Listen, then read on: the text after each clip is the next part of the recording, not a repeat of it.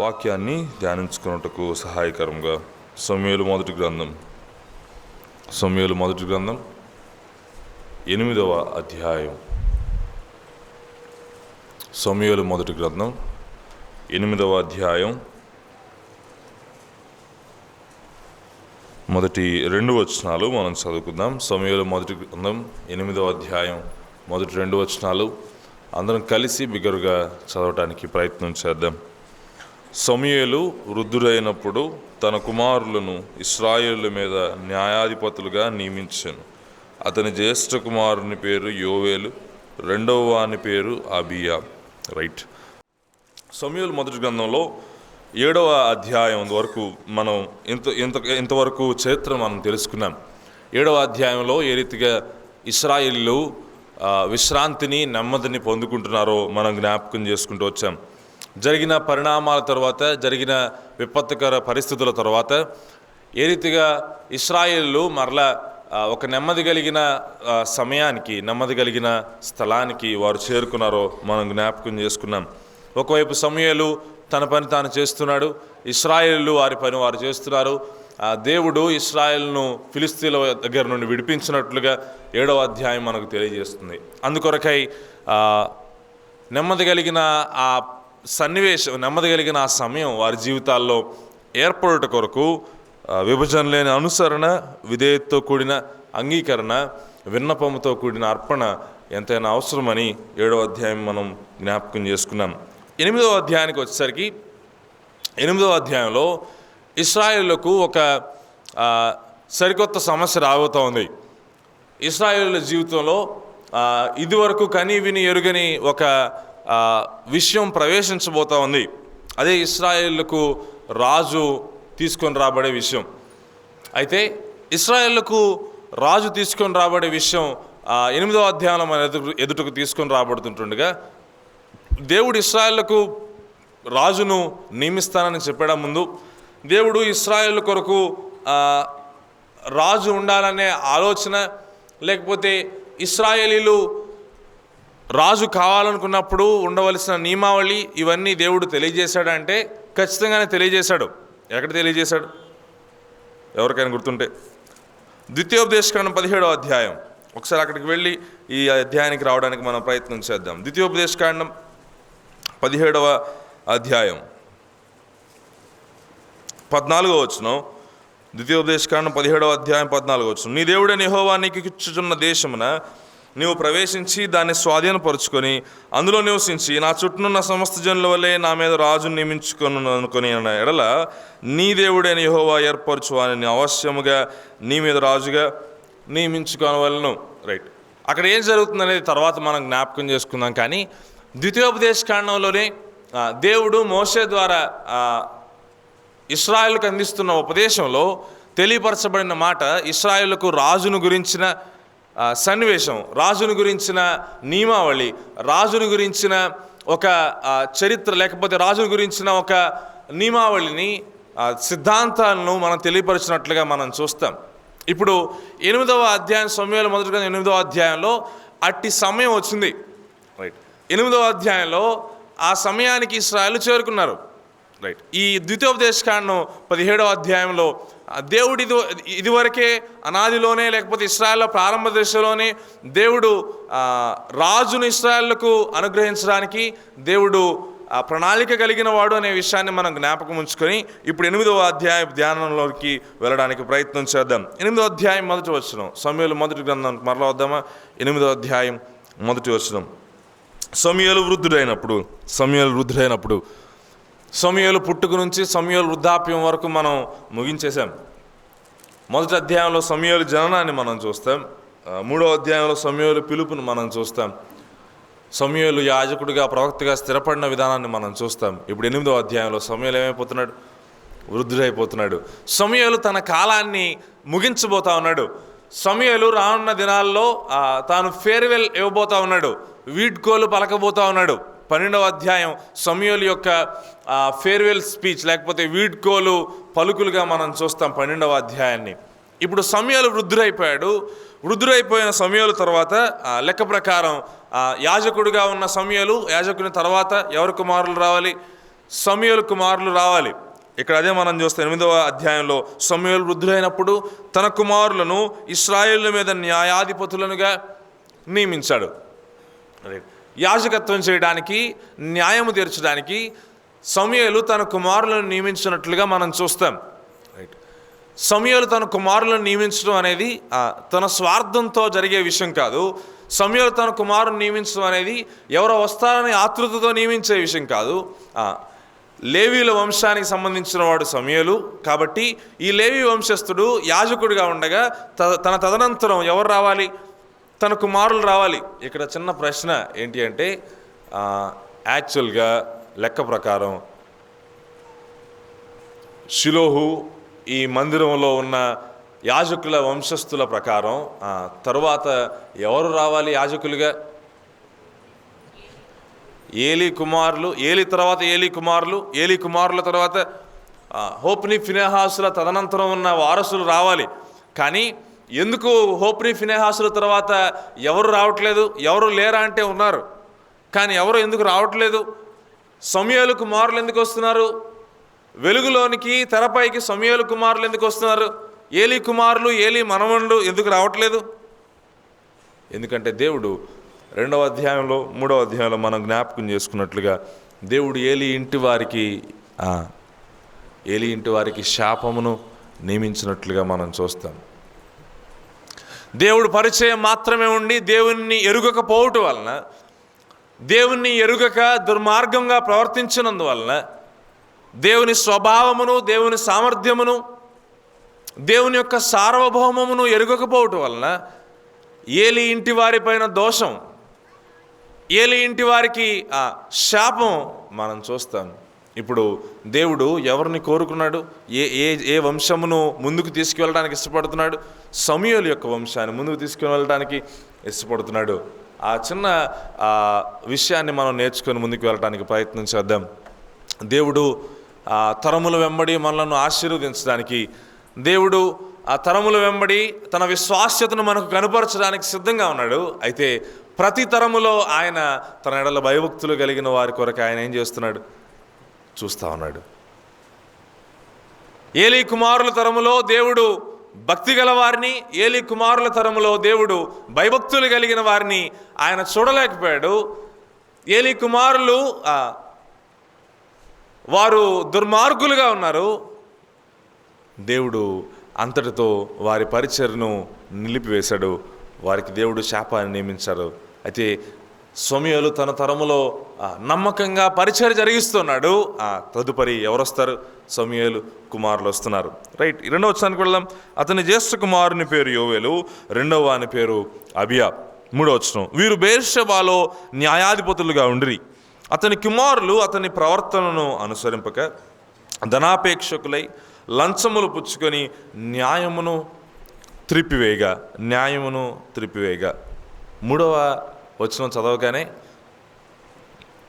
అయ్యో, ఇప్పుడేగా కొంచెం నెమ్మది పొందారు ఇశ్రాయేలు, ఇప్పుడేగా కొంచెం ప్రశాంతంగా ఊపిరి పీల్చుకుంటున్నారు ఇశ్రాయేలు, ఇప్పుడేగా సమూయేలు గారు తన పని తాను చేస్తూ ఉన్నాడు, ఇప్పుడేగా ఫిలిస్తీన్ల దగ్గర నుండి బయటకు వచ్చారు, ఇప్పుడే కదా కొంచెం ప్రశాంతమైన వాతావరణంలో బ్రతుకుతున్నారు. మరొక సమస్యన, ఇంకొక సమస్య. ఈ సమస్య కనీసం 7వ అధ్యాయంలో ఉన్న సమస్య అయినా బహిరంగమైన సమస్య, లేకపోతే ఇతరుల నుండి వచ్చిన సమస్య. కానీ ఈ సమస్య ఎక్కడి నుంచి వస్తున్న సమస్య? లోపల నుండి వస్తున్న సమస్య, కుటుంబంలో నుండి వస్తున్న సమస్య, సమాజంలో నుండి వస్తున్న సమస్య. సమూయేలు కుమారులు లంచం పుచ్చుకుంటున్నారు, ధనాపేక్షకులు అయిపోయారు, న్యాయమును ఏం చేస్తున్నారు? త్రిప్పివేశారు. మరలా చరిత్ర 2వ అధ్యాయం దగ్గరికి వెళ్ళిపోయినట్టు అనిపిస్తుంది కదా. ఏలీ కుమారులు యెహోవాను ఎరుగని వారై మిక్కిలి దుర్మార్గులై ఉన్నారు. ఏలీ కుమారులు న్యాయమును త్రిప్పివేసిన వారుగా ఉన్నారు. ఏలీ కుమారులు మందిరంలో నీచపు కార్యాలు జరిగించిన వారుగా ఉన్నారు. అయితే మరలా ఇప్పుడు 8వ అధ్యాయంలో సమూయేలు కుమారులు కూడా ఏలీ కుమారులంత మోతాదు ఉండకపోవచ్చు, కానీ ఖచ్చితంగా వీరు కూడా దేవునికి అయిష్టమైన కార్యాలు జరిగిస్తున్నారు. ఏలీ కుమారుల వంటి పాపాన్నే చేసి ఉండకపోవచ్చు, కానీ వీరు కూడా దేవుని సన్నిధిలో విరోధంగానే ప్రవర్తిస్తున్నారు. దేవుని సన్నిధిలో పాపపు కార్యాలనే జరిగిస్తూ ఉన్నారు. లంచమును తిప్పివేస్తున్నారు, లేక లంచము తీసుకుంటా ఉన్నారు, న్యాయం త్రిప్పివేస్తున్నారు. వారు నియమించబడింది ఎందుకు? న్యాయము తీర్చడానికి. అయితే వీరు లంచములు పుచ్చుకొని ఏం చేస్తున్నారు? న్యాయము త్రిప్పివేస్తున్నారు. న్యాయము తీర్చడానికి నియమించబడిన వారు న్యాయము త్రిప్పివేసే సమయానికి వచ్చేశారు. సమూయేలు ఎంత నమ్మకంగా జీవించాడు కదా. సమూయేలు తన జీవితంలో ఎంత నమ్మకంగా దేవుని కొరకు పరిచర్య చేస్తూ వచ్చాడు. సమూయేలు న్యాయము తీర్చుచు ఏ రీతిగా నివసించాడో, ఏ రీతిగా నడుచుకున్నాడో 7వ అధ్యాయం ఆఖరిలో కూడా మనం చూస్తాం. అయితే తన కుమారులు ఆ రీతిగా లేరు. అయితే ఏలీకి సమూయేలుకు వ్యత్యాసం ఉంది. 2వ అధ్యాయంలో దైవజనుడు ఒకడు వచ్చి ఏలీతో మాట్లాడతాడు. దేవుడు చెప్పే వర్తమానం ఏలీకి అందిస్తాడు. ఏమనంటే, నీ కుమారులు పాపం చేస్తున్నారని తెలిసి కూడా నువ్వేం చేయలేదు, అడ్డగించలేదు వారిని. నీవు వారిని అడ్డగించలేదు కాబట్టి నీ ఇంటి వారికి ఏం మిగిలిపోతుంది? దోషం. నీ ఇంటి వారికి శాపం మిగిలిపోతుంది. అయితే సమూయేలు అట్టి కార్యాన్ని చేయడానికి ఇష్టపడలేదు. ఇప్పుడు ఇశ్రాయేలీల చరిత్ర మరలా వెనక్కి వెళ్ళిపోయే ప్రమాదం వచ్చింది. ఇశ్రాయేలీల చరిత్రలో అసలు యాజకత్వం అనే ప్రాంతంలోనే చాలా ఒక వెలితి ఏర్పడింది. ఇప్పుడు సమూయేలు ఏ రీతిగా స్పందిస్తున్నాడో మనం చూస్తాం. 4వ వచనం, ఇశ్రాయేలీలు పెద్దలందరూ కూడి రామాలో సమూయేలు వద్దకు వచ్చి, చిత్తగించుము, నీవు వృద్ధుడవు, నీ కుమారులు నీ ప్రవర్తన వంటి ప్రవర్తన గలవారు కారు గనుక సకల జనుల మర్యాద చొప్పున మాకు ఒక రాజును నియమింపుము, అతడు మాకు న్యాయము తీర్చునని అతనితో అన్రి. సకల జనుల మర్యాద చొప్పున మాకు ఒక రాజు తీసుకునిరా. ఎందుకు ఈ రాజు ఎందుకు కావాలి మాకు? ఒకవైపు నువ్వు ముసలోడు అయిపోయావు, వృద్ధుడు అయిపోయావు నువ్వు సమూయేలు గారు. ఇంకొక వైపు నీ కుమారులు సరిగా ప్రవర్తించట్లేదు, నీ కుమారులకు సరైన ప్రవర్తన లేదు, నీ కుమారులు న్యాయమును త్రిప్పివేస్తున్నారు. ఈ మాటలు వినగానే సమూయేలు గారి హావభావాలను మీరు ఒకసారి ఊహించండి. సమూయేలు గారు ఏమి ప్రతిస్పందిస్తారు? నా కుమారులు న్యాయం త్రిప్పివేస్తున్నారంటే సమూయేలు గారు అయితే ఏంటంట అనే ప్రశ్నలు వేయట్లేదు. ఇప్పుడు మీకు రాజు ఎందుకంట అనే ప్రశ్నలు వేయట్లేదు. 6వ వచనం, మాకు న్యాయం తీర్చుటకై రాజును నియమింపమని వారు అనిన మాట సమూయేలు దృష్టికి ప్రతికూలముగా ఉండెను గనుక సమూయేలు ఏం చేస్తున్నాడు? యెహోవాను ప్రార్థన చేస్తున్నాడు. రైట్. రాజును నియమించిన తర్వాత ఇంతవరకు సమూయేలుకున్నంత లేకపోతే సమూయేలు చేసినంత పరిచర్య సమూయేలు చేయనవసరం లేదు. రాజును నియమించిన తర్వాత, రాజు నియమించబడిన తర్వాత రాజు కొన్ని బాధ్యతలను తీసుకుంటాడు. యాజకత్వం తప్ప మిగిలిన బాధ్యతలన్నీ రాజు తీసేసుకుంటాడు. ఇంతకాలం సమూయేలు గారు వెలుగులో కనిపించాడు, సమూయేలు కుమారులు వెలుగులో కనిపించారు. కానీ ఇప్పుడు రాజు నియమించబడిన తర్వాత వీరెవరు కూడా వెలుగులో కనిపించరు. ఇటువంటి పరిస్థితుల మధ్య సామాన్యంగా మానవాతీయంగా ఆలోచించినప్పుడు ఈయనకి ఇప్పుడు సమూయేలు గారికి ఏముంది? పవర్ ఉందా లేదా? అధికారం ఉందా లేదా? అధికారం ఉంది. ఈ అధికారంతో మీకు రాజును నియమించను అని చెప్పే అవకాశం కూడా సమూయేలు గారికి ఉంది. అయినప్పటికీ ఈ మాటలన్నీ ప్రతికూలంగా ఉన్నప్పటికీ సమూయేలు గారు వారిపైన ఎదురు తిరగటం ప్రారంభించలేదు. సమూయేలు గారు వారిని ఏదో నిందించడం ప్రారంభించలేదు. సమూయేలు గారు మీరే మారింది మొన్న, మీరు మారే కొంతకాలం కూడా అవ్వలేదు, మరలా మీకు ఎవరు కావాలి? రాజు కావాలి అనే మాటలు కూడా సమూయేలు గారు మాట్లాడట్లేదు. సమూయేలు గారు ఇవన్నీ ప్రతికూలంగా వినబడుతుంటే ఈయన ఏం చేస్తున్నాడు? వెళ్ళి ప్రార్థన చేస్తున్నాడు. ఈ మొదటి 6 వచనాలను మనం చూస్తూ ఉన్నప్పుడు ఒక ప్రశ్నను మనం చూస్తాం. ఏంటి ఆ ప్రశ్న? ఇశ్రాయేలు రాజు అడగటం సరైన విషయమేనా అంటే వారి పరిస్థితులను బట్టి ఆ ప్రశ్న అడగటం సబబే అనుకోవచ్చేమో. సమూయేలు గారు వృద్ధుడైపోయాడు, అతని కుమారులు లంచము తీసుకుంటున్నారు, న్యాయమును త్రిప్పివేస్తున్నారు. వారి పరిస్థితిని బట్టి ఎవరూ లేక అడిగి ఉండవచ్చు, రాజుని అడిగి ఉండవచ్చు. రాజుని అడగటం తప్ప అంటే రాజుని అడగటం తప్పో రైటో అనేది మనం నిర్ధారించలేం కూడా. కానీ ఇశ్రాయేలు పెద్దలు వారికి రాజు కావాలని కోరుకున్న విషయం, ఆ ప్రశ్న వారి పరిస్థితుల మధ్య నుండి ఉద్భవించిన ప్రశ్న, వారి పరిస్థితుల మధ్యలో నుండి ఉద్భవించిన ప్రశ్న. ఇక ముందు మనం ఏం చేయాలి? ఎవరు మనకు ముందుగా పోతారు? ఎవరు మనకు సరైన న్యాయం తీరుస్తారు?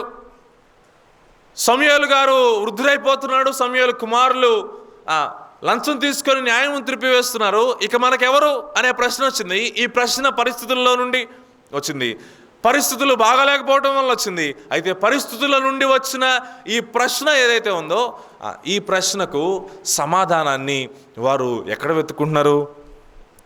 ఈ ప్రశ్నకు సమాధానంగా వారు ఏం మాట్లాడుతున్నారు అంటే, ఈ ప్రశ్నకు తమకు తామే ఒక సొల్యూషన్ ఏం చేస్తారు? ఇశ్రాయేలు తీసుకొని వచ్చారు. ఈ ప్రశ్నకు తమకు తామే ఒక ఆన్సర్ను తీసుకొని వచ్చారు ఇశ్రాయేలు. ఏమని? మాకు రాజు కావాలి. ఇప్పుడు ప్రశ్న ఉంది మీకు. ఈ ప్రశ్న తీసుకొని వచ్చినప్పుడు, దేవుని దగ్గరికి వచ్చినప్పుడు, దేవుడు మీ కొరకు ఏ కార్యం జరిగించాడో, దేవుడు మీ కొరకు ఏ కార్యాన్ని నియమించాడో, ఏర్పాటు చేశాడో, ఆ కార్యం మీకు తెలియపరచబడుతుంది కదా. కాదు. ఇశ్రాయేలు చేసింది ఏంటి మరి? మన భాషలో చెప్పుకోవాలంటే, మధ్యాహ్నం చాలామంది కొంచెం డల్గా కనిపిస్తున్నారు. ఒకసారి నా వైపు ఆలకిస్తారు. మన భాషలో చెప్పుకోవాలంటే, మనకు ఒక అనారోగ్యం వచ్చింది, రైట్? అనారోగ్యం వచ్చింది. ఈ అనారోగ్యం రాగానే డాక్టర్ గారి దగ్గరికి వెళ్ళాం. డాక్టర్ గారి దగ్గరికి వెళ్ళి, అయ్యా నాకు బాగాలేదు అని చెప్పి మన గోడంతా వెళ్ళబుచ్చుకున్నాం. మన బాధ అంతా చెప్పుకున్న తర్వాత డాక్టర్ గారు ఏం చేయడం ప్రారంభిస్తాడు? మందులు రాస్తాడా? మందులు రాసేటప్పుడు మనమే డాక్టర్ గారికి చెప్తాం అనమాట ఏం మందులు రాయాలో. ఎలా ఉంటుంది? అదే జరుగుతుంది ఎగ్జాక్ట్గా ఇక్కడ. అదేనా జరిగింది? నేను చెప్పిన దాంట్లో తప్పేమన్నా ఉందా? వాళ్ళు రావటానికి సమూయేలు గారి దగ్గరికే వచ్చారు, మంచిదే. వారి సమస్యతో, వారి ప్రశ్నతో, పరిస్థితుల నుండి ఉద్భవించిన ప్రశ్నతో వారు దేవుని దగ్గరికే వచ్చారు. చాలా మంచి విషయమే. అయితే దేవుడు ఏం చేయాలో వీరే చెప్తున్నారు. సమూయేలు గారు ఏం చేయాలో వీళ్ళే నిర్ణయిస్తున్నారు. మాకొక రాజును నియమించేసేయండి, మాకొక రాజును నియమించేసేయండి. మన వ్యక్తిగత ఆత్మీయ జీవితాల్లో మనం వెళ్ళే పరిస్థితులు, మనం వెళ్ళే దారులు చాలా సందర్భాల్లో మనకు ప్రశ్నలను తీసుకొని రావచ్చు. చాలా సందర్భాల్లో మనుగడ కొరకైన ప్రశ్నలు రావచ్చు. విశ్వాస మనుగడ గురించి నేను మాట్లాడుతున్నాను. విశ్వాస జీవితంలో ముందుకు వెళ్ళడానికి సందేహాలు ఏర్పడవచ్చు. విశ్వాస జీవితంలో ముందుకు వెళ్ళడానికి అవరోధాలు, ఆటంకాలు ఎదురవ్వచ్చు. అది మనలో నుండైనా కావచ్చు, మనకు ఎదురు నుండైనా కావచ్చు. ఇటువంటి ప్రశ్నలన్నిటి మధ్య, ఇటువంటి అవరోధాల మధ్య దేవుణ్ణి వెంబడించలేని పరిస్థితులు వచ్చినప్పుడు, దేవుణ్ణి అనుసరించలేని పరిస్థితులు వచ్చినప్పుడు దేవుని దగ్గరికి వచ్చి, మీ ప్రశ్నలతో దేవుని దగ్గరికి వచ్చి, దేవా నువ్వు నాకు ఇది చేసేయి కాదు. వైద్యుని దగ్గరకు వచ్చి వైద్యునికి సలహాలు ఇవ్వటం చాలా సందర్భాల్లో మనకు అలవాటైపోయిన విషయం. దేవా నేను ఈ సమస్యలో ఉన్నాను, దేవా నేను ఈ ప్రశ్నతో ఉన్నాను, దేవా దీనికి సొల్యూషన్ కూడా నేనే చెప్తాను, దేవా నీ ప్రశ్నకు నీవే సమాధానం చెప్పుకుంటే ఇంక దేవుడు ఎందుకు? మన ప్రశ్నలకు మనమే ఒక సొల్యూషన్ తీసుకొని వస్తే, సమాధానాన్ని తీసుకొని వస్తే ఇంక దేవుడు ఎందుకు?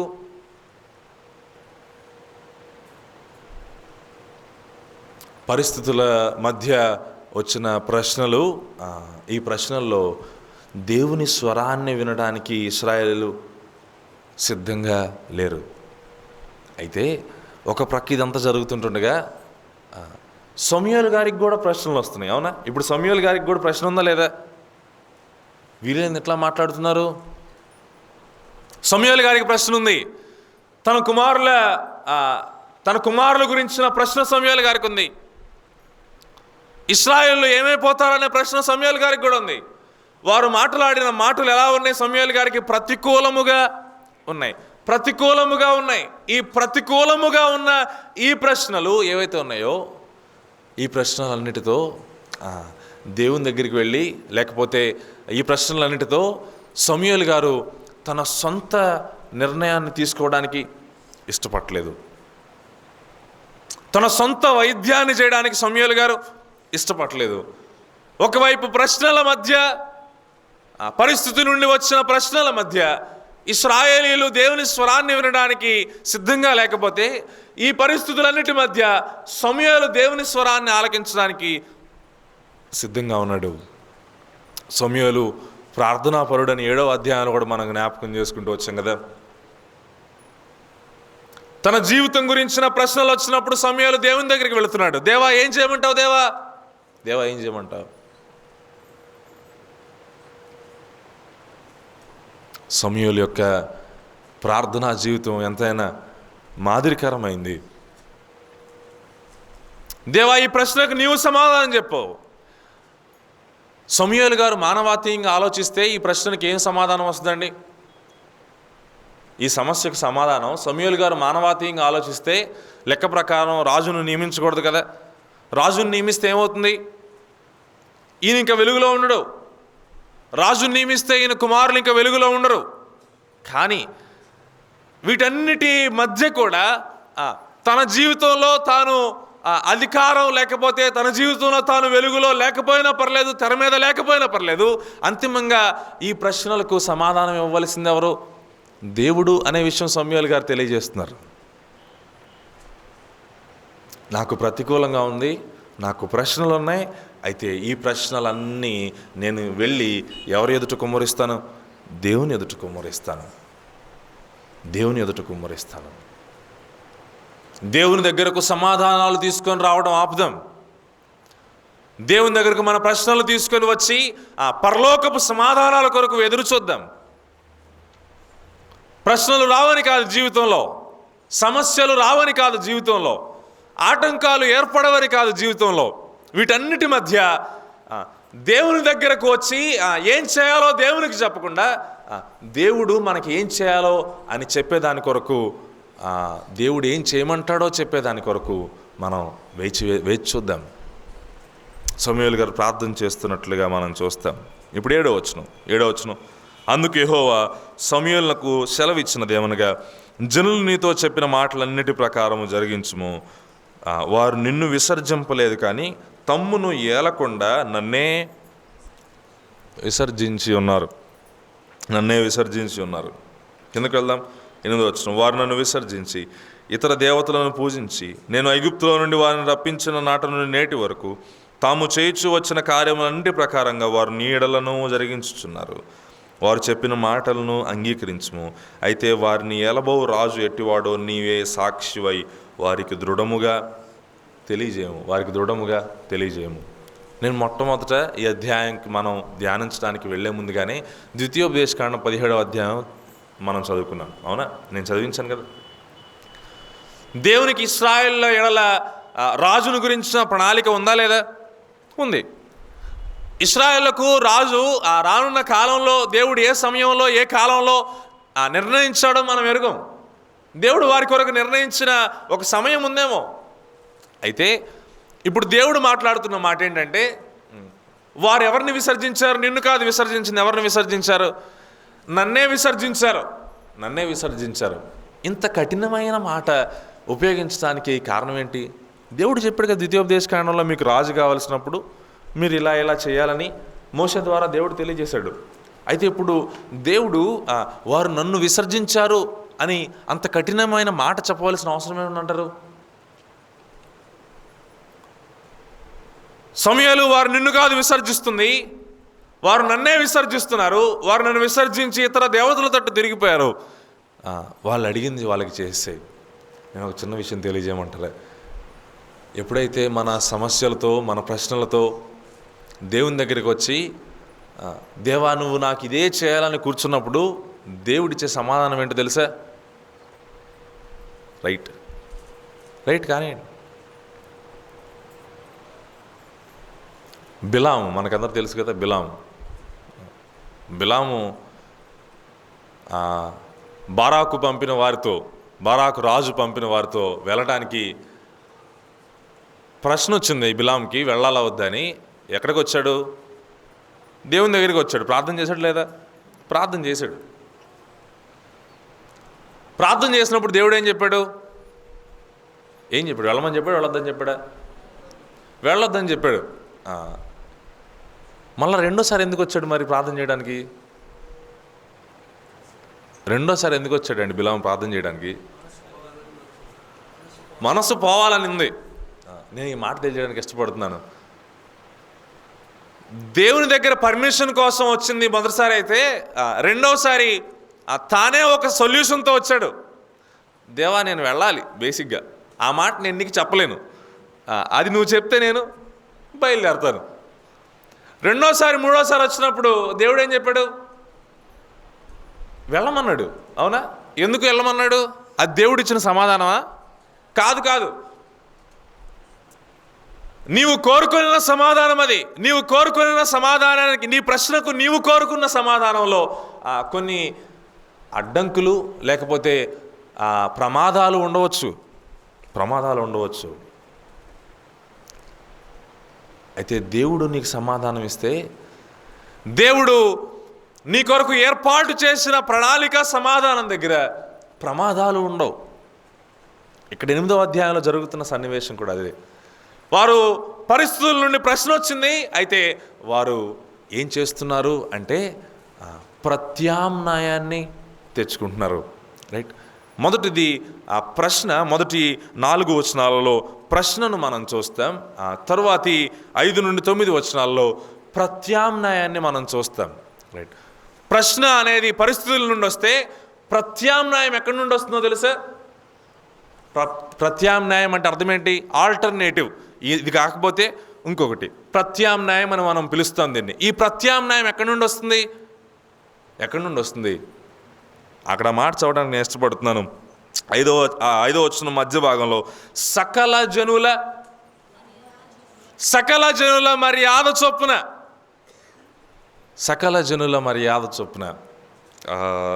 20వ వచనం చదువుదామా? 20వ వచనం.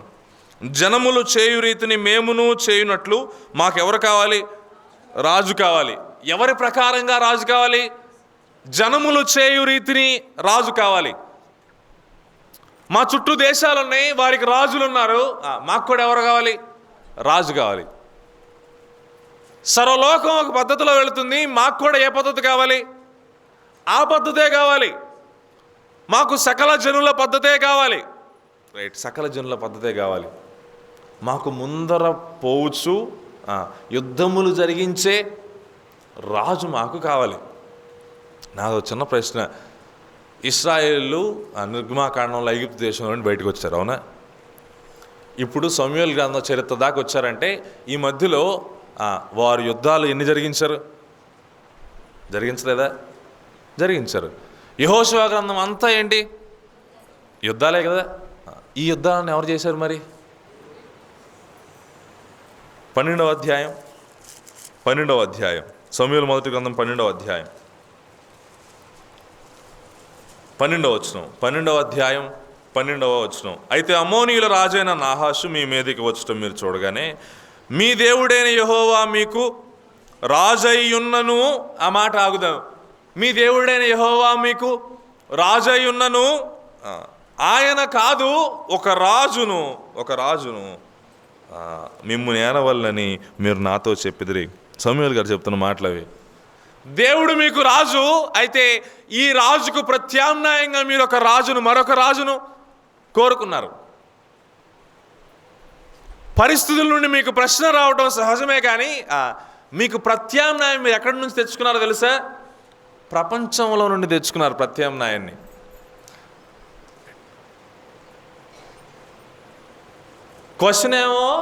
ప్రశ్నేమో ఇశ్రాయేలుకు సంబంధించిన ప్రశ్న. సమాధానం ఎక్కడి నుండి వస్తుంది? అన్యుల దగ్గర నుండి వస్తుంది సమాధానం. ప్రశ్నేమో ఇశ్రాయేలు సరిహద్దుల్లో ప్రశ్న, సమాధానమేమో అన్యుల సరిహద్దుల్లో నుండి వస్తుంది. దానికే ప్రపంచం అని పేరు పెట్టుకున్నాం. ప్రపంచంలో నుండి ప్రత్యామ్నాయాలు వచ్చినాయి. ప్రపంచంలో నుండి ప్రత్యామ్నాయాలు వచ్చినాయి. ఎందుకు ఈ ప్రత్యామ్నాయం? దేవుడు రాజుగా ఉన్నాడుగా, ఇంతకాలం చక్కగానే జరిగిందిగా, ఇప్పుడు కొత్తగా రాజు ఎందుకు? రాజును కోరుకోవడం తప్పు కాదు, జనములు చేయు రీతిని రాజును కోరుకోవడం అక్కడొచ్చింది సమస్య. రాజు కావాలని రిక్వెస్ట్ చేయడం తప్పు కాదు, ద్వితీయోపదేశ కాండంలో ఆల్రెడీ ఉంది ఆ విషయం. కానీ మాకు సకల జనుల మర్యాద చొప్పున రాజు కావాలి, ప్రపంచం ఏ రీతిగా చేస్తుందో మేము కూడా ఆ రీతిగానే చేయాలి. అందువలన వచ్చింది సమస్య. పరిస్థితుల నుండి ప్రశ్న వచ్చింది, ప్రపంచంలో నుండి ఏమొస్తుంది? సమాధానం, ప్రత్యామ్నాయం వస్తున్నట్లుగా మనం చూస్తాం. నేను ఒక చిన్న విషయం తెలియజేస్తాను. ఈ రెండిటికి మధ్య ఒక భక్తిపరుడు ఏం చేస్తాడో తెలుసా? మోకరించి ప్రార్థన చేస్తాడు. ప్రశ్న వచ్చింది, ప్రత్యామ్నాయం కూడా వారే తీసుకొని వచ్చారు. ఈ రెండిటి మధ్య సమూయేలు ఏం చేస్తున్నాడు? ప్రార్థన చేస్తున్నాడు. ఎందుకంటే సమూయేలు గారికి తెలిసిన విషయం, మనందరికీ తెలియాల్సిన విషయం, ఈ ప్రశ్నకు సమాధానం ఎక్కడి నుంచి రావాలి? పరలోకం నుండి రావాలి. ప్రపంచంలో నుండి కాదు ఈ ప్రశ్నకు సమాధానం రావాల్సింది. ప్రపంచంలో వారు కాదు ఈ ప్రశ్నలను తేల్చవలసింది.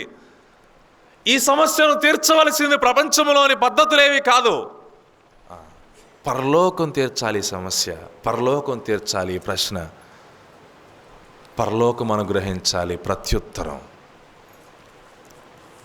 ఇశ్రాయేలు మర్చిపోయారు, కానీ సమూయేలు ఇంకా ప్రార్థన చేస్తున్నాడు. నేను ఒక చిన్న విషయాన్ని ఇక్కడ తెలియజేసి నేను ముందుకు వెళ్ళడానికి ఇష్టపడుతున్నాను.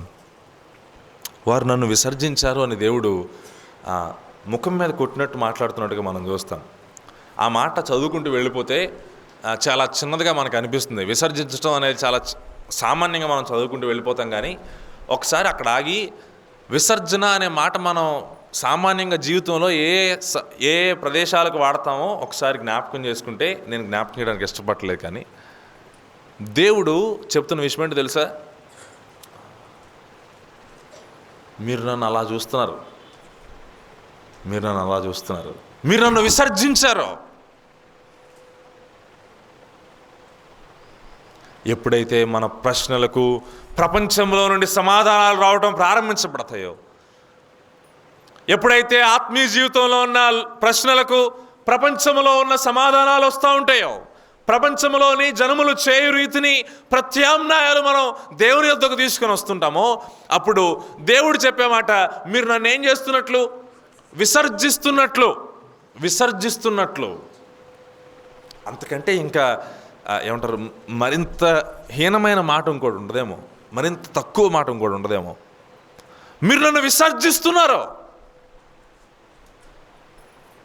మీరు పాపం చేస్తున్నారు. దేవునికి ప్రత్యామ్నాయాలు వెతకొద్దు. రాజుగా ఉండవలసింది దేవుడే, దేవుణ్ణే ఉండనిద్దాం. అధికారిగా ఉండవలసింది దేవుడే, దేవుణ్ణే ఉండనిద్దాం. ఆయనకు ప్రత్యామ్నాయాలు లేవు. ప్రపంచములో ఆయనకు సమమైన వారు, ఆయనకు సమమైన ప్రత్యామ్నాయం ఏమీ లేదు. ఆత్మీయ యాత్రలో ఎదురయ్యే ప్రశ్నలు పరలోకము నుండి మాత్రమే సమాధానం తీసుకొని రాబడాలి. ఈ ప్రశ్నలకు సకల జనుల మర్యాద చొప్పున అనే మాట ఇంకా కొంచెం 20వ అధ్యాయంలో ఒక మాట యాడ్ చేయబడింది. దానికి ఏంటంటే, మా ముందర పోవచ్చు అతడు మా యుద్ధములను జరిగించాలి. ఎందుకు ఈ ప్రత్యామ్నాయం వచ్చిందయ్యా అంటే,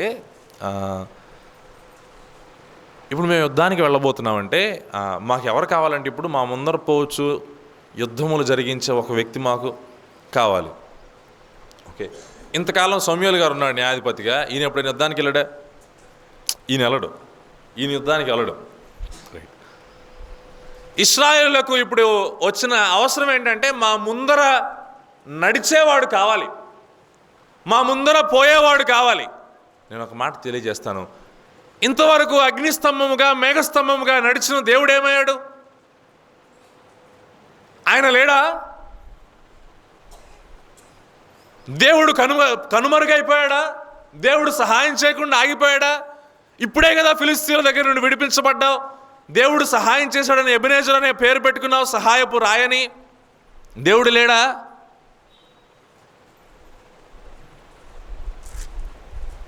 నేను ఒక మాట తెలియజేస్తాను. ఇంతవరకు ఈ దేవుడు ఉన్నాడు, కానీ ఈ దేవుడు ఏనాడు వారి ముందర నడుస్తున్నట్లుగా వీరికి ఎప్పుడు కనిపించలేదు. అవునా? కనిపించాడు ఎప్పుడైనా? కనిపించలేదు. ఇంతవరకు మాకు రాజు ఉన్నాడు, కానీ ఆయన కనిపించే రాజు కాదు. ఇప్పుడు మాకు ఎవరు కావాలి? ఎవరు కావాలి? కనిపించే రాజు కావాలి. ఇంతవరకు మాకున్న రాజు ఆయన చేసే కార్యాలు ఆయన చేస్తున్నాడు, కానీ మాకెప్పుడే ఆయన ఎప్పుడు కనిపించలేదు. ఇప్పుడు మాకు కనిపించే రాజు కావాలి. దీనికే క్రొత్త నిబంధనలో ఒక మాట చదవడానికి నేను ఇష్టపడుతున్నాను. అపోస్తులైన పౌలు కొరింథీయులకు రాసిన 2వ పత్రిక. అపోస్తులైన పౌలు కొరింథీయులకు రాసిన 2వ పత్రిక 5వ అధ్యాయం.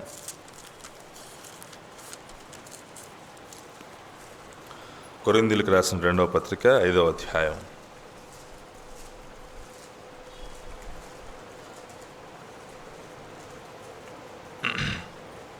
ఐదో వచనం 6వ వచనం చదువుతున్నాను. దీని నిమిత్తము మనలను సిద్ధపరచినవాడు దేవుడే, మరియు ఆయన తన ఆత్మను సంచకరువును మనకు అనుగ్రహించి ఉన్నాడు.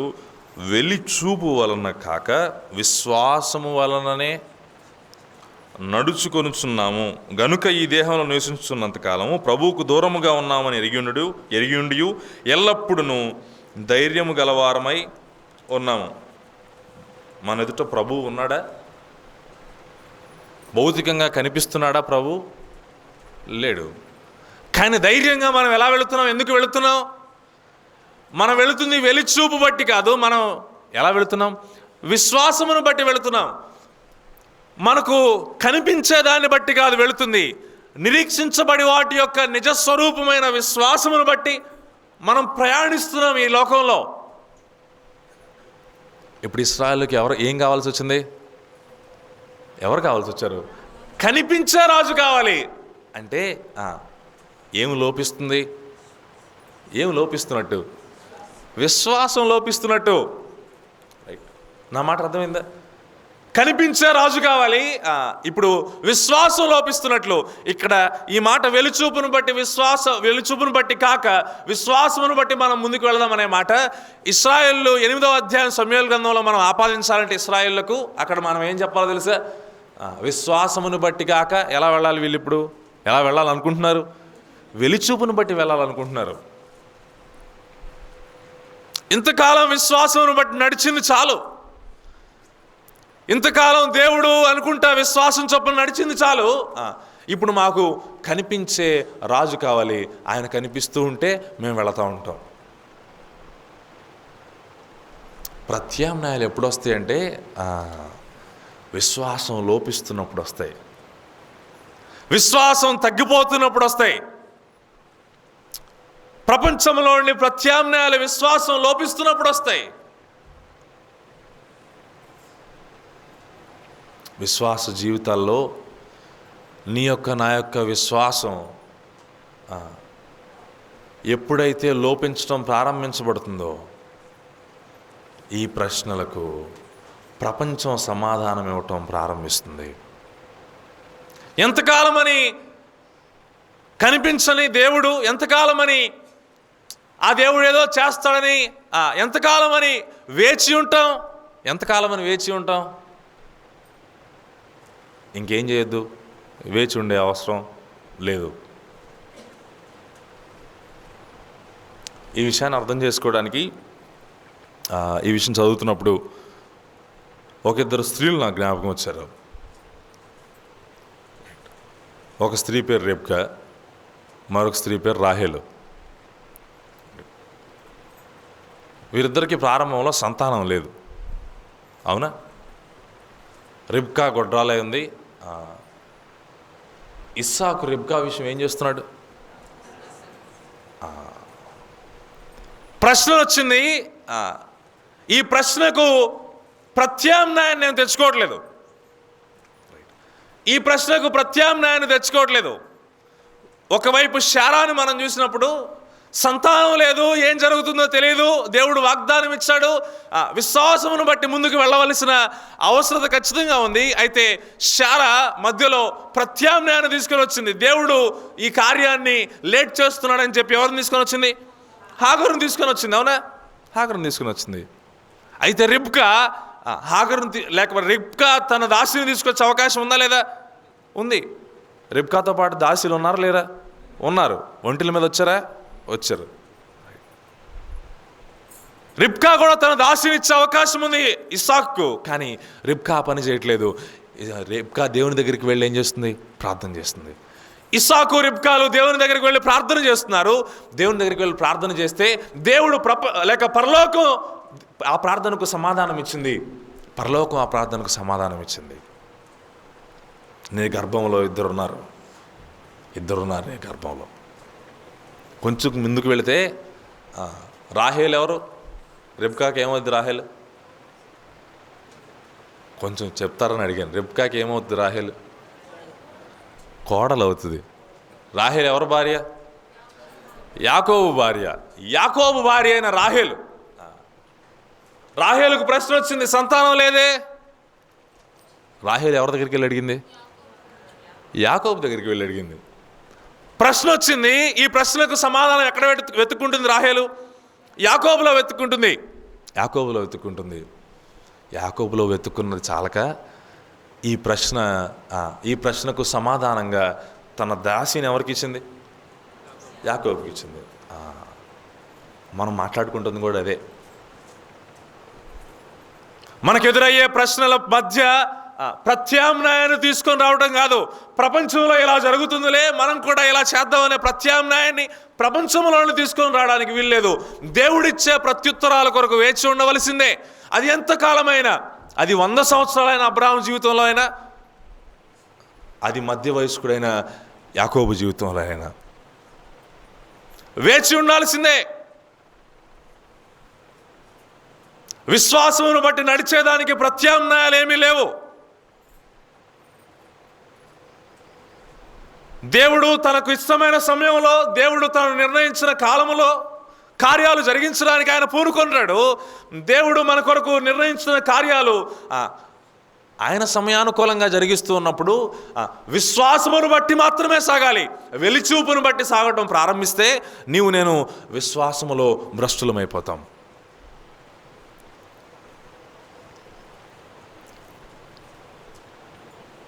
పరిస్థితుల నుండి వచ్చిన ప్రశ్న, రెండో భాగంలో ప్రపంచంలో నుండి వచ్చిన ప్రత్యామ్నాయం మనం గమనిస్తాం. ప్రపంచంలో నుండి వచ్చిన ప్రత్యామ్నాయం మన జీవితాల్లో అట్టి ప్రత్యామ్నాయాలు దేవునికి తీసుకొని రాకుండా ఉందుదుముగాక. ఉదయకాలం కూడా జ్ఞాపకం చేశాను. సీనాయి పర్వతం దగ్గర వారు ఏం చేసుకున్నారు? ఒక బంగారపు దూడను చేసుకున్నారు. ఎవరికి ప్రత్యామ్నాయంగా? దేవునికి ప్రత్యామ్నాయంగా. మోషే ఏమాయనో అని చెప్పినప్పుడు అహరోను గారు ఏమని చెప్పాలి? ఇశ్రాయేలులందరికీ ఏం చేద్దామని చెప్పాలి? ప్రార్థన చేద్దామని చెప్పాలి. లెక్క ప్రకారం వేచి చూద్దామని చెప్పాలి. విశ్వాసంతో వేచి చూద్దామని చెప్పాలి. కానీ అహరోను గారు చెప్పిన మాట, మీ బంగారాన్ని తీసుకొని రండి. బంగారపు దూడొచ్చిన తర్వాత వారందరూ నాట్యం ఆడటం ప్రారంభించారు. ఏమని చెప్పారు? ఐగుప్తు దేశంలో నుండి నిన్ను విమోచించింది ఇదే నిన్ను విమోచించిన దేవుడు, లేకపోతే నిన్ను విమోచించింది ఎవరో తెలుసు? ఐగుప్తు నుండి. ఇదిగో ఈ బంగారపు దూడ. ఈ బంగారపు దూడ కనిపిస్తుంది. కనిపించే ప్రత్యామ్నాయం. విశ్వాసం కోల్పోయి కనిపించే ప్రత్యామ్నాయాల చుట్టూ తిరుగుతున్న ఇశ్రాయేలులకు దేవుడు ఎటువంటి ఫలితాన్ని ఇచ్చాడో మనకు సీనాయి పర్వతం నేర్పిస్తుంది. ఆ బంగారపు దూడ కాల్చబడి ఆనాటి ప్రజలకు మోషే ఆ బంగారపు దూడ కాల్చిన తర్వాత తాగించాడట. అవునా? అక్కడ రాయబడింది కదా. ఎంత కఠినమైన బాధలు ఎందుకు పొందుతున్నారు వారు? ప్రత్యామ్నాయాన్ని తెచ్చుకున్నారు కాబట్టి, విశ్వాసముతో నడవడానికి ఇష్టపడలేదు కాబట్టి.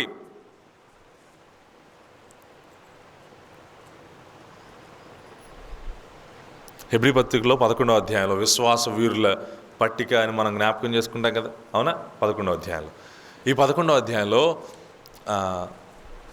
నేను ఎప్పుడూ అనుకుంటాను, మొట్టమొదట అబ్రాము, విశ్వాసులకు తండ్రి అయిన అబ్రాం గురించి మనం చూస్తాం కదా. అవునా? విశ్వాసులకు తండ్రిగా అబ్రహాం గురించి మనం జ్ఞాపకం చేసుకుంటున్నప్పుడు, ఇప్పుడు అబ్రాంని ఆదికాండం 12వ అధ్యాయంలో దేవుడు, అయ్యా నువ్వు నీ బంధువుల దగ్గర నుండి, నీ తండ్రి ఇంటి నుండి బయటకు వచ్చాయి, బయటికి వెళ్ళిపోదాం, లేక నువ్వు బయటికి రావాలి, నేను చూపించే దేశానికి నువ్వు వెళ్ళాలి. అంతవరకే కదా చెప్పింది. ఇంకేమైనా చెప్పాడు దేవుడు? ఇంకేమైనా చెప్పాడా? నా బైబిల్లో ఇంకేం చెప్పలేదు. మీ బైబిల్లో ఏమైనా చెప్తే నాకు తెలియదు. దేవుడు అంతకు మించి ఏం చెప్పలేదు. నేను ఎప్పుడు ఇలా అనుకుంటాను, ఇంటి బయటకు వచ్చిన తర్వాత అబ్రాహాము సరే దేవుడి మాట విని ఇంటి బయటకు వచ్చిన తర్వాత కుడివైపుకి వెళ్ళాలో ఎడమవైపు వెళ్ళాలో కూడా తెలీదు. బట్ స్టిల్ అయినప్పటికీ ఎలా ప్రయాణించాడు? విశ్వాసంతో ప్రయాణించాడు. వెలుచూపును బట్టి, రోడ్డు మ్యాప్ ఉంటాన్ని బట్టి, గూగుల్ మ్యాప్స్ ఉంటాన్ని బట్టి కాదు ప్రయాణించింది అబ్రాహాం.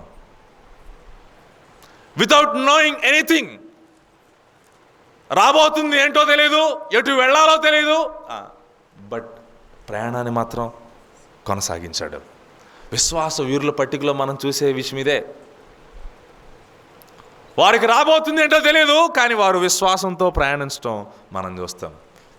మన జీవితాల్లో విశ్వాసం లోపించకుండా ఉండును గాక, విశ్వాసం లోపించి ప్రత్యామ్నాయాలు తెచ్చుకోకుండా ఉందము గాక. ప్రత్యామ్నాయాలు తెచ్చుకున్న తర్వాత ఫలితాలు చాలా తీవ్రంగా ఉంటాయి.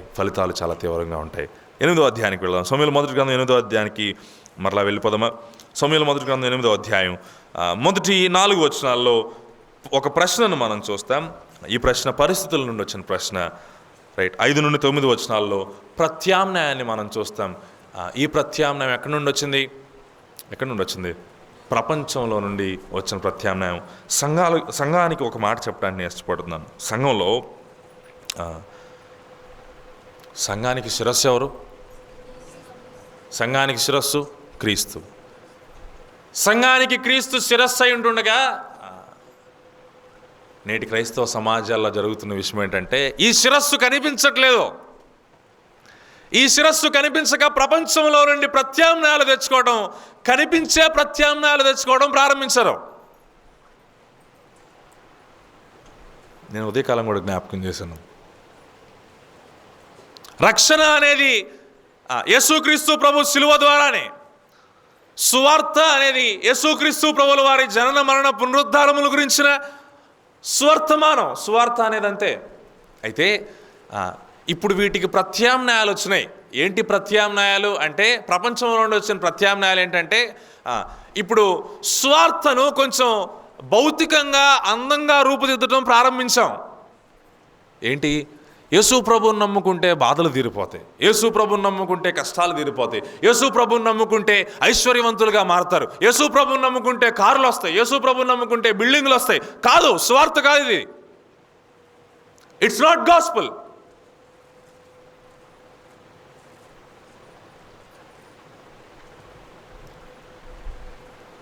సంఘములో కొన్ని నియమాలు ఉంటాయి. సంఘములోనికి ప్రపంచములో ఉన్న ప్రత్యామ్నాయాలేవి రావడానికి అవకాశమే లేదు. సువార్త ఒక్కటే, యేసు ప్రభువుని గురించిన శిలువ వార్త మాత్రమే సువార్త. సంఘములో ఉన్న క్రమాలు, ఈ క్రమాలు బైబిల్ గ్రంథంలో మనకు తెలియపరచబడినాయి. ఈ బైబిల్ గ్రంథంలో ఉన్న క్రమాలే ప్రత్యామ్నాయంగా ఏదో మనకు కనిపించే విధంగా, మనకు నచ్చిన విధంగా, మనకు అందంగా కనిపించే విధంగా ప్రత్యామ్నాయాలు తీసుకొని రావడానికి అవకాశం లేదు.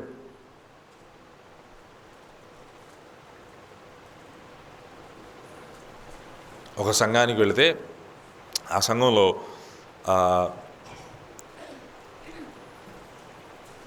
స్త్రీలకు ఏమంటారు, పాటలు పాడటం, లేకపోతే స్టేజ్ మీద కనిపించి వర్తమానాలు చెప్పే అవకాశం స్త్రీలకు ఇస్తున్నట్లే కనిపించింది. ఆ తర్వాత మధ్యలో అక్కడున్న సహోదరులను అడిగినప్పుడు ఆయన చెప్పిన మాట నన్ను ఆశ్చర్యపరిచింది. పాటలు ఇవ్వకపోతే వాళ్ళు రారండి, కాబట్టి ఏం చేయాలి మనం? పాటలు ఇవ్వాలి. వాక్యం ఇవ్వకపోతే వాళ్ళు రారండి, కాబట్టి ఏం చేయాలి మనం? వాక్యం ఇవ్వాలి. ఇప్పుడు దీన్ని ఏమంటారు? ప్రత్యామ్నాయం అని పిలుస్తారు. సొల్యూషన్. దేనికి సొల్యూషను? వాళ్ళు మందిరానికి రారు అనే ప్రశ్నకు సొల్యూషన్ ఏంటి? ఇది ప్రపంచంలో వచ్చిన ప్రత్యామ్నాయం, పరలోకపు ప్రత్యామ్నాయం కాదు. పరలోకపు ప్రత్యామ్నాయం కాదు అది.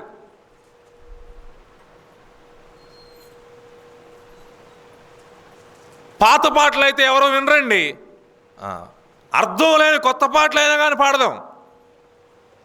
అది ప్రత్యామ్నాయం, అది ప్రత్యామ్నాయం. సంఘాలలో ప్రపంచం దూరటానికి అవకాశం లేదు.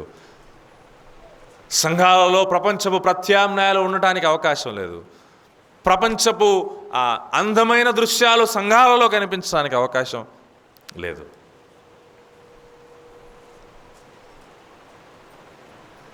ప్రశ్నకు పరలోకపు సమాధానం అవసరం, ప్రత్యామ్నాయం కాదు. 8వ అధ్యాయానికి వెళ్ళిపోదాం. సమూయేలు మొదటి గ్రంథం 8వ అధ్యాయం 9వ వచనం. అయితే వారిని ఏలబోవు రాజు ఎట్టివాడగునో నీవే సాక్షివే వారికి దృఢముగా ఏం చేయి, తెలియజేయి. దేవుడు ఎంత దయగలవాడంటే, రైట్, నీ ప్రశ్నకు నువ్వే సమాధానం తెచ్చుకున్నావు, అయినప్పటికీ నేను ఇంకా జాలి చూపించడానికి ఇష్టపడుతున్నాను. ఎందుకో తెలుసా? నీకు ఒక ప్రమాద హెచ్చరికను నేను జారీ చేయబోతున్నాను. ఆ రాజు ఎట్టివాడగునో నేను చెప్తాను, తర్వాత నువ్వు డిసైడ్ అవు. ఏమని? రాజు కావాలా వద్దా నువ్వు డిసైడ్ అవు. నువ్వు సమాధానం తీసుకొని వచ్చావు కదా, ఆ సమాధానంలో ఏ ప్రమాదం ఉందో నేను తెలియజేస్తాను, తర్వాత నువ్వే డిసైడ్ అవ్వదు. ఇప్పుడు 10వ వచనం నుండి మనం చదువుదాం. 10వ వచనం. సమూయేలు తనను రాజును అడిగిన జనులకు యెహోవా మాటలన్నిటిని వినిపించి ఇలాగు చెప్పెను. ఏమని? మిమ్మును ఏలబోవు రాజు ఎట్టివాడగుననగా అతడు మీ కుమారులను పట్టుకొని తన రథములను తోలుటకును తన గుర్రములు కాపాడుటకును వారిని ఉంచుకొనును. కొందరు అతని రథముల ముందర ఏం చేస్తారు? పరిగెత్తుదురు. మరియు అతడు వారిని తన సైన్యములో సహస్రాధిపతులుగాను పంచదశాధిపతులుగాను నియమించును. తన భూములను దున్నుటకు వాటి పంటను కోయుటకు తన యుద్ధాయుధములను తన రథముల సామాన్లను చేయుటకు వారిని ఏం చేస్తాడు? ఏర్పరచుకుంటాడు. ఎవరు ఏర్పరచుకుంటారు? రాజు కాదు, సకల జనుల మర్యాద చొప్పున రాజు. సకల జనుల మర్యాద చొప్పున వారు ఆశిస్తున్న రాజు ఈ రీతిగా ఉంటాడు, ఈ రీతిగా ఉండబోతున్నాడు. దేవుడు చెప్తున్న విషయం ఈ రీతిగా ఉండబోతున్నాడు. 13వ వచనం. మీ కుమార్తెలను భక్ష్యకారులను గాను బోనెకత్తులు గాను రొట్టెలు కాల్చు వారిని గాను పెట్టుకొను. మీ పొలములలోను మీ ద్రాక్ష తోటల్లోను ఒలివ తోటలోను శ్రేష్టమైన వాటిని తీసుకొని తన సేవకులకు ఇచ్చును. మీ ధాన్యములను ద్రాక్ష పండ్లను 10వ భాగం తీసి తన పరివార జనమునకును సేవకులకును ఇచ్చును. 17వ వచనం చదువుదామా నేరుగా. మీ మందలో 10వ భాగమును పట్టుకొను. మీ మట్టుకు మీరు అతనికి ఏమవుతారు? 10వ వచనం నుండి 17వ వచనం వరకు చదువుకుంటూ వెళితే మళ్ళీ ఐగుప్తు దేశం గుర్తొచ్చింది నాకు. అవునా? ఐగుప్తు దేశంలో వీరు బతుకేంటి? ఇదే కదా బతుకు. వాళ్ళ సామాన్లు చేయడానికి, వాళ్ళ ఇల్లు కట్టడానికి, వాళ్ళ యుద్ధాయుధములు తయారు చేయడానికి ఎవరు ఉపయోగించబడ్డారు? ఇశ్రాయేలు ఉపయోగించబడ్డారు. వారు నిట్టూర్పులు విడిచారు ఆ పనులు చేయలేక. మళ్ళీ ఇప్పుడు ఎక్కడికి వెళుతున్నారు? అదే ప్రాంతానికి వచ్చేసారు, మరలా అదే పరిస్థితికి వచ్చేసారు. మరలా మీ మట్టుకు మీరు అతనికి ఏమవుతారు? దాసులవుతారు. ఎంత హాస్యాస్పదమో మీరు గమనించండి. దాసులుగా ఉండకుండా విడిపించబడి ఎంతకాలం ప్రయాణించి ఒక దేశంలోకి వచ్చి ఒక దేశంలో స్థిరపడి స్వతంత్రులుగా బతకాల్సింది పోయి ఇప్పుడు ఏమవుతున్నారు? దాసులు అవుతున్నారు. అంటే ఒక గుంటలోంచి బయటకు వచ్చి ఇంకో లోతైన గుంటలో పడుతున్నట్టు. ఎందుకు జరుగుతుంది ఇది? వారి ప్రశ్నకు పరలోకం సమాధానం ఇవ్వాల. ఏమిచ్చింది సమాధానం? ప్రపంచం సమాధానం ఇచ్చింది. కాబట్టి వారి ప్రశ్నలకు ప్రపంచపు ధర్మము చొప్పున కార్యాలు జరిగిస్తున్నారు. కాబట్టి దేవుని ధర్మం చొప్పున కాదు, ప్రపంచపు ధర్మం చొప్పున రాజు కావాలి వారికి. ఈ లోక పారంపర్యాచారాల చొప్పున కావాలి. 3వ భాగం 10 నుండి 22 వరకు వచనాల భాగం ప్రమాదాన్ని మనం చూస్తాం. మొదటిది ప్రశ్న. ఈ ప్రశ్న పరిస్థితి నుండి వచ్చిన ప్రశ్న, పరిస్థితుల నుండి వచ్చిన ప్రశ్న. రెండవది ప్రత్యామ్నాయం. ఈ ప్రత్యామ్నాయం ఎక్కడి నుండి వచ్చింది? ప్రపంచం నుండి వచ్చింది. మూడవది ప్రమాదం. 10 నుండి 22 వచనాలు. ఈ ప్రమాదం ఎక్కడి నుండి వచ్చిందో తెలుసా? ఈ ప్రమాదం ఎక్కడి నుండి వచ్చింది? ఈ మాటలన్నీ ఇస్రాయేలుకి ఎవరు చెప్పమన్నారు? ఎవరు చెప్పమన్నారండి? అయ్యో, 9వ వచనం చదువుదాం. అయితే వారిని ఏలబోవు రాజు ఎట్టివాడగునో నీవే సాక్షివై వారికి దృఢముగా తెలియజేయము. ఎవరు చెప్పమన్నారు? దేవుడే చెప్పమన్నాడు. మీకు ఒక విషయం చెప్పమంటారా? ఈ ప్రమాదం అంతా ఎక్కడి నుంచి వస్తుంది తెలుసా? పరలోకం నుండి వచ్చింది ఈ ప్రమాదం. ఈ ప్రమాద హెచ్చరిక వచ్చింది పరలోకము నుండి. ఈ ప్రమాదపు హెచ్చరిక దేవుని యొద్ద నుండే వచ్చింది. సాక్షాత్తు దేవుడే తెలియపరుస్తున్న మాట. మీరు దాసులైపోతారు, మీరు దాసులైపోతారు. 18వ వచనం. ఆ దినమున మీరు కోరుకున్న రాజును బట్టి మీరు మొర్ర పెట్టినను యెహోవా మీ మొర్ర వినక, మీ మొర్ర వినడు ఇంక దేవుడు. మళ్ళా దాని అర్థం ఏంటంటే, ఇప్పుడు మీరు తీసుకుంటున్న నిర్ణయాన్ని వెనక్కి తీసుకోవడానికి ఆ రోజు అవకాశం లేదు మీకు. 19వ వచనం. అయినను అంటే పరలోకం ప్రమాద హెచ్చరిక జారీ చేసినప్పటికీ అయినను జనులు సమూయేలు యొక్క మాట చెవిని పెట్టనొల్లక అలాగు కాదు. ఎలాగు కాదు? దేవుడు చెప్పినట్టు కాదు, విశ్వాసమును బట్టి కాదు, పరలోకపు ధర్మం చొప్పున కాదు. అలాగు కాదు. జనములు చేయు రీతిని మేము చేయనట్లు మాకెవరు కావాలి? రాజు కావాలి. అంతిమంగా ఇశ్రాయేలు స్టాంప్ గుద్ది చెబుతున్న విషయం ఏంటంటే, పరలోక ధర్మం మాకొద్దు. ఏ ధర్మం కావాలి? ప్రపంచ ధర్మం కావాలి.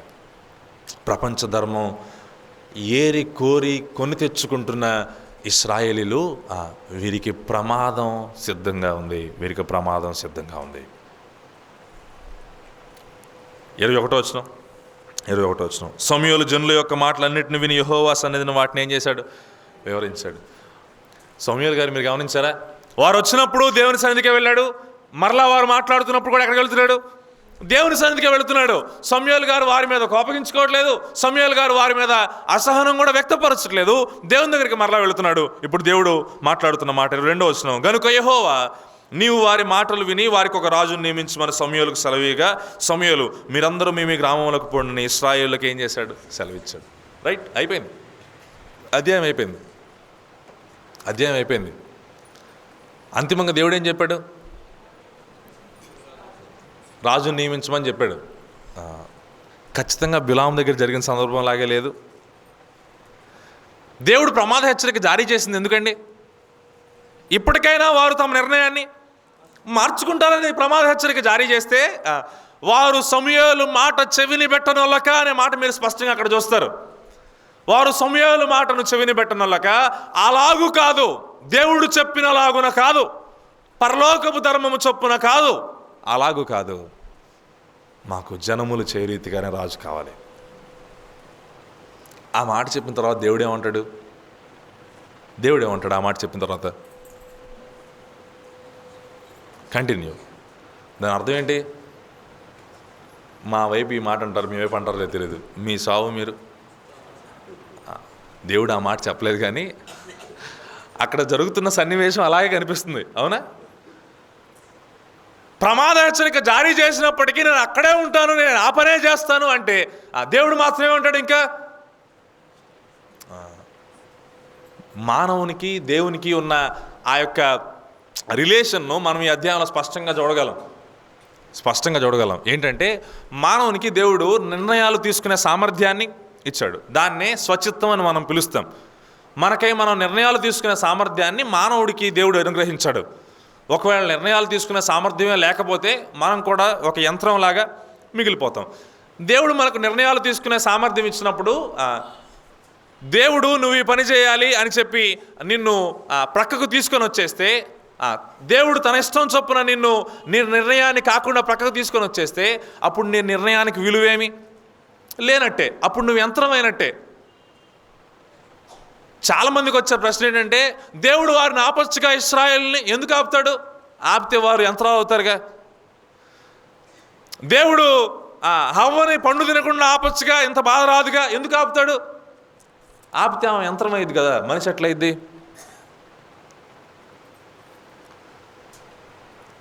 మానవుని యొక్క నిర్ణయం ఏదైతే ఉంటుందో ఆ నిర్ణయం దేవుణ్ణి కోరుకోవాలని దేవుడు ఇష్టపడతాడు. అంతేకాని నాకొద్దు దేవుడు, నాకొద్దు దేవుని మాటలు అంటే దేవుడు నిన్ను బలవంతంగా లాక్కొని వెళ్ళి అక్కడేమి కూర్చోబెట్టడు. కూర్చోబెడితే నువ్వు యంత్రం అవుతావు కానీ మనిషివి కావు. ఒక మనిషిగా వివేచించి దేవుని సన్నిధిలో దేవుని నిర్ణయాలకు, దేవుని ఇష్టాలకు, దేవుని చిత్తానికి కట్టుబడి ఉండాలని దేవుడు మన నుండి కోరుకుంటున్నాడు. ఇశ్రాయేలు నుండి కోరుకుంది అదే కదా. ప్రమాద హెచ్చరిక ఎందుకు జారీ చేస్తున్నాడండి? దేవుడికి ఏమైనా ప్రమాదం అది ఇంట్లో? నేను ఒక చిన్న మాట అడుగుతాను మిమ్మల్ని, దేవుడికి ఏమైనా నష్టం ఉందా ఈ విషయం అంతట్లో? దేవుడికి ఏమన్నా పోయేది ఏమన్నా ఉందా? ఎవరి కోసం ప్రమాద హెచ్చరిక జారీ చేశారు? మరి ఇశ్రాయేలు కోసమే కదా, ఇశ్రాయేలు క్షేమం కొరకే కదా దేవుడు ఇప్పటికీ ఎదురు చూస్తుంది, దేవుడు ఇప్పటికీ కోరుకుంటుంది. ఎవరు క్షేమంగా ఉండాలని? ఇశ్రాయేలు క్షేమంగా ఉండాలని కదా. అయినప్పటికీ ఇశ్రాయేలు మాకొద్దు అంటే దేవుడు అలాగే కానివ్వండి అంటాడు. దేవుడు ఆయన వాక్యం ద్వారా మనల్ని సారికి దర్శిస్తూ ఉంటుండగా, దేవుడు తన వాక్యం ద్వారా, తన సేవకుల ద్వారా అయ్యా మీరు వెళుతున్న మార్గం సరైనది కాదు అని దర్శిస్తున్నప్పటికీ, అయ్యా మీరు ప్రపంచంలోని ప్రత్యామ్నాయాలు తెచ్చుకుంటున్నారయ్యా, ప్రపంచ ధర్మం చొప్పున మీరు నడుచుకుంటున్నారయ్యా, ఇది సరైనది కాదు అని దేవుడు తెలియపరుస్తున్నప్పటికీ, కాదు మేము ఇదే చేస్తాం, కాదు మేము ఇలాగే నడుస్తాం అంటే దేవుడు ఏమంటాడు? కానివ్వండి. ప్రమాద హెచ్చరికలు జారీ చేయబడినప్పుడు కూడా దిశను మార్చుకొని ఓడ సముద్రంలో బద్దలైపోవలసిందే. నేను మరలా చెప్తున్నాను, ప్రమాద హెచ్చరిక జారీ చేయబడినప్పుడు కూడా తన దిశను మార్చుకోలేని ఓడ బద్దలైపోవలసిందే తప్ప తీరం చేరే అవకాశం లేదు. దేవుడు కృపగలవాడండి. ఆ కృప కలిగిన దేవుడు సారికి ఒకటి కాదు, రెండు కాదు, మన జీవితంలో తొంగి చూసుకుంటే ఎన్ని ప్రమాద హెచ్చరికలు జారీ చేస్తూ వచ్చాడు దేవుడు. ఈ ప్రమాద హెచ్చరికలు ఇంకా జారీ చేస్తూనే ఉన్నాడు దేవుడు. అయ్యా మార్పు చెందండి, ఇంకా జారీ చేస్తూనే ఉన్నాడు దేవుడు. కానీ ఒకరోజు వస్తుంది, ఆ ఒకరోజు ఇంకా కానివ్వండి, ఇంకా కానివ్వండి. తర్వాత ఇశ్రాయేలుకి సౌలు అనే ఒక రాజు రాబోతా ఉన్నాడు. 15వ అధ్యాయంలో ఈ సౌలు గురించి దేవుడు చెప్తున్న మాట ఏంటి తెలుసా? నేను ఈ యొక్క సౌలును కోరుకున్నందుకు, సౌలును ఏర్పాటు చేసినందుకు నేను పశ్చాత్తాపడుతున్నాను. అవునా? నేను పశ్చాత్తాపడుతున్నాను.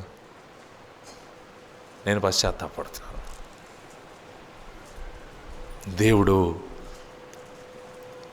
రెండవ అవకాశాన్ని ఇచ్చినప్పుడు సౌలు ఇంకా ఉపయోగించుకోకపోతే ఆ మాట చెప్పాడండి.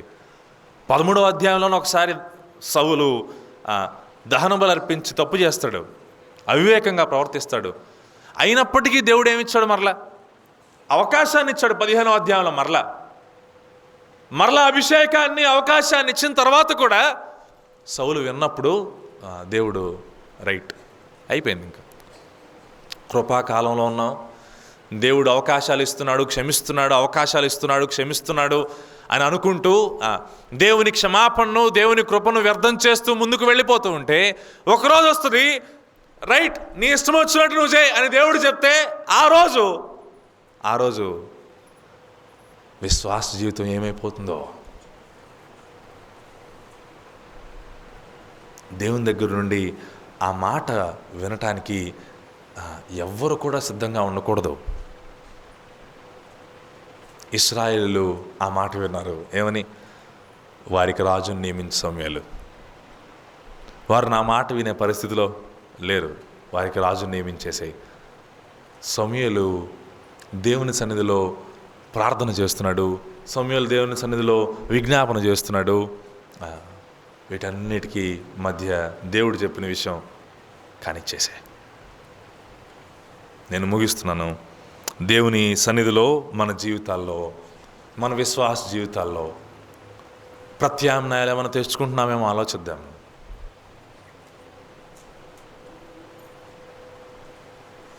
విశ్వాసం కలిగి జీవించటం బైబిల్ గ్రంథం చెప్పిన సత్యం. అంతకు ప్రత్యామ్నాయం మరొకటేమీ లేదు. ఒకరికొరకు ఒకరు ప్రేమ కలిగి జీవించడం బైబిల్ గ్రంథం నేర్పించే సత్యం. అందుకు ప్రత్యామ్నాయం ఏమీ లేదు. సర్వ సృష్టికి వెళ్ళి సర్వలోకానికి వెళ్ళి సర్వ సృష్టికి సువార్త ప్రకటించాలి. అందుకు ప్రత్యామ్నాయం ఏమి? ఏ ప్రత్యామ్నాయం లేదు. పరిశుద్ధులకు తగని కార్యాలు చేయకుండా ఉండాలి. అందుకు ప్రత్యామ్నాయం ఏమీ లేదు.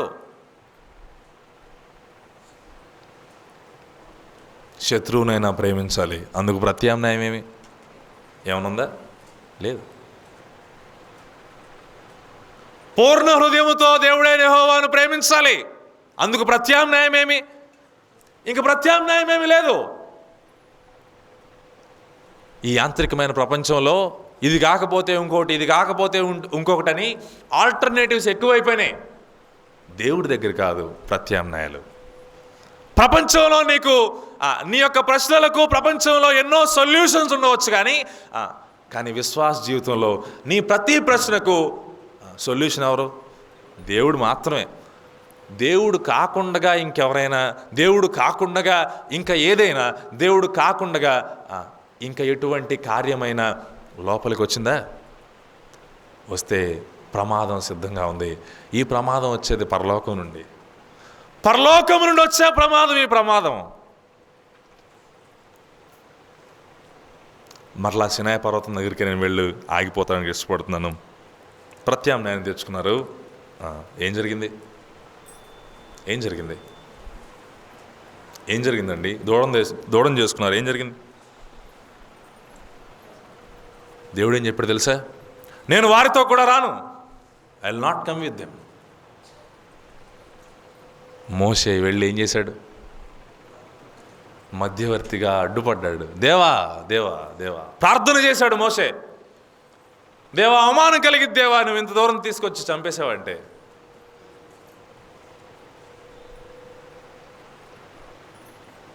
దేవుడు ప్రమాద హెచ్చరికలు జారీ చేస్తున్నప్పుడు మనలను మనం సరిచేసుకోవటం, ఎంత సాధ్యమైతే అంత త్వరగా సరిచేసుకోవటం ఉత్తమమైన విషయం. కూడదు అంటే మన జీవితాల్లో మనం ఎదుర్కొనే పర్యవసానాలు చాలా చాలా తీవ్రంగా ఉంటాయి. విశ్వాసులమైనప్పటికీ నేను చెప్తున్నా, నమ్మని వారి కొరకు కాదు, నమ్మిన వారి కొరకే.